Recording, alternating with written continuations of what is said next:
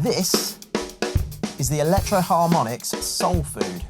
It's not new, it's not boutique, and it's not particularly sexy, but I think it might be the only overdrive pedal you actually need. You see, guitarists are a strange breed. We'll spend hours agonizing over whether the fifth clone of a $2,000 pedal really captures the magic sparkle of the original, then play the same 3 chords for half an hour before deciding our tone is off. We chase the right overdrive like it's going to unlock something fundamental, like we'll finally write that riff, finally nail that feel, finally become someone who practices. But the sad reality is that no overdrive pedal is going to fix your life, but some of them will get out the way and just let you play. And that's where this comes in. 3 knobs, that's it. No presets, no app, no AI-powered tone cloud machine learning blockchain profile loader. Just a simple pedal and you. So I guess before we continue, some form of disclaimer. The Soul Food Overdrive happens to be the pedal that I own. I think what I'm trying to get at with this video is that in reality, any overdrive pedal will probably do. So I'm talking about the Soul Food. I'm not necessarily saying this is the one you need to go out and buy, but we're going to see what it can do. So let me show you why I think this humble beige box can do everything most players actually need when it comes to overdrive. Let's get this plugged in, and for simple clean tone purposes, we are going straight into the Universal Audio Paradise Guitar Studio, and I'm using the Showtime 64 amp set to a very clean signal, which I'll show you in a moment. So first up, clean boost. And here's the thing about clean tones. The best ones are not completely clean. Real clean, like bone dry, sterile, hospital corners clean, is usually a bit lifeless, like a salad with no dressing. What we're aiming for instead is a clean sound with a little bit of harmonic warmth. Just the tiniest hint of saturation, like the fuzz on a peach. So using the Soul Food as a clean boost is one of its best tricks. Set the gain low, crank the volume just enough that you're pushing the front of the amp just to get that little bit of saturation to wake up. So you're not in breakup territory, not yet, but things are breathing more. Okay, so without...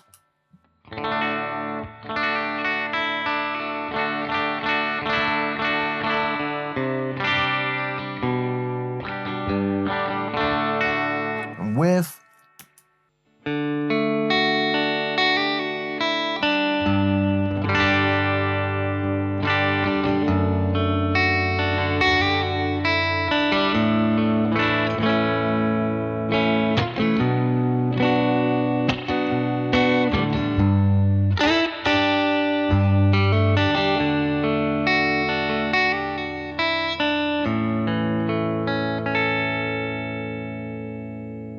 So you're not in breakup territory, not yet, but things are breathing more. The tubes, or your model tubes, start giving you more harmonic content, a touch of compression, and crucially, character. So this is what makes clean tones feel rich without being overcooked. It's the not quite dirty, clean tone that makes you play longer without noticing.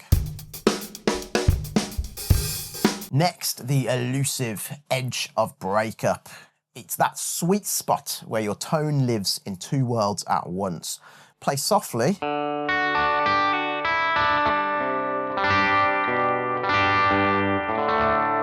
it's clean, warm, just a hint of hair. But dig in.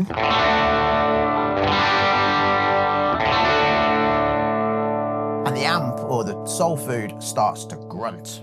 Not screaming distortion, but just a bit of bark when you hit it.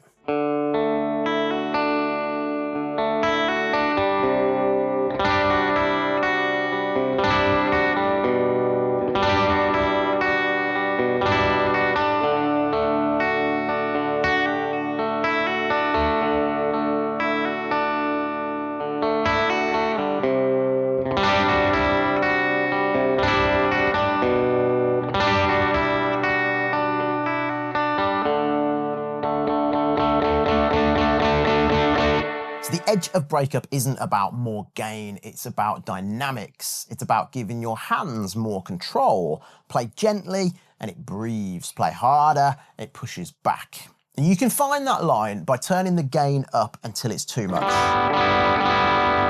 And then just backing off a little.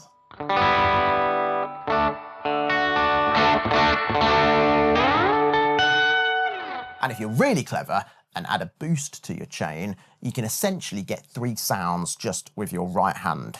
Soft cleans when played softly, gritty mids when pushed, and if you hit a boost after, full saturation.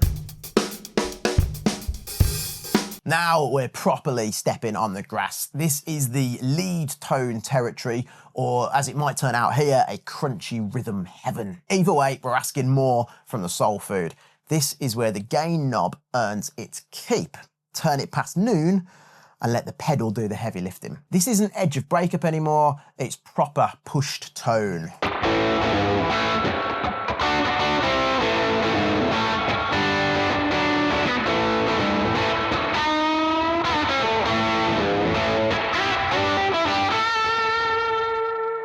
Sustain, compression, thickness. Here you'll notice that the more distortion you add, the more the pedal starts to compress your playing.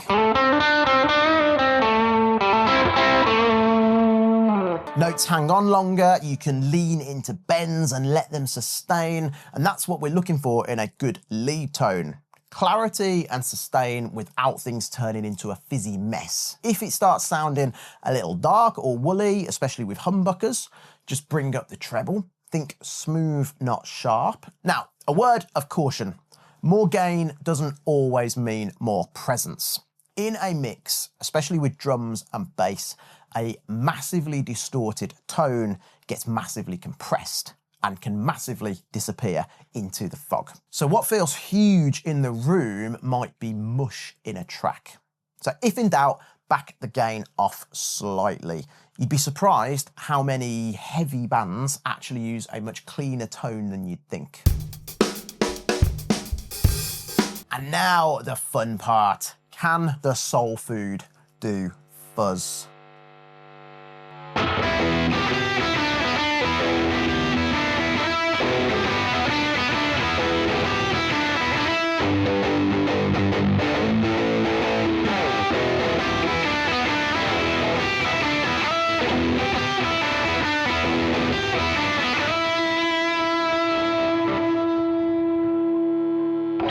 Well, sort of. If you max the gain, push your amp hard, what you get is this hairy, chaotic, borderline out of control mess of a tone.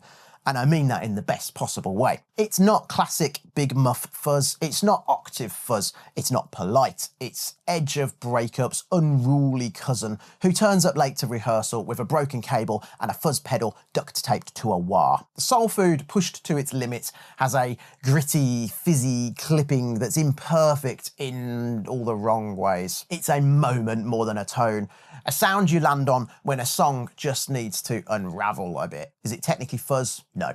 Is it convincing? Probably not. Will it make you grin when everything suddenly sounds like a blown speaker in a garage somewhere in 1973? Almost definitely. So, do you only need one overdrive pedal? No. You probably need 12. Let's be honest. But if you're going to start with one, maybe start here. And if I only had space for one overdrive, it'd probably be this. Not because it's perfect, but because it works. Because the less time I spend fiddling with gain structure, the more time I spend playing and spending less money. Thanks for watching. If you've enjoyed this video, do feel free to gently tap the like button and let me know in the comments what your one drive would be. Please do consider subscribing, and with all that out the way, I'll see you in the next video.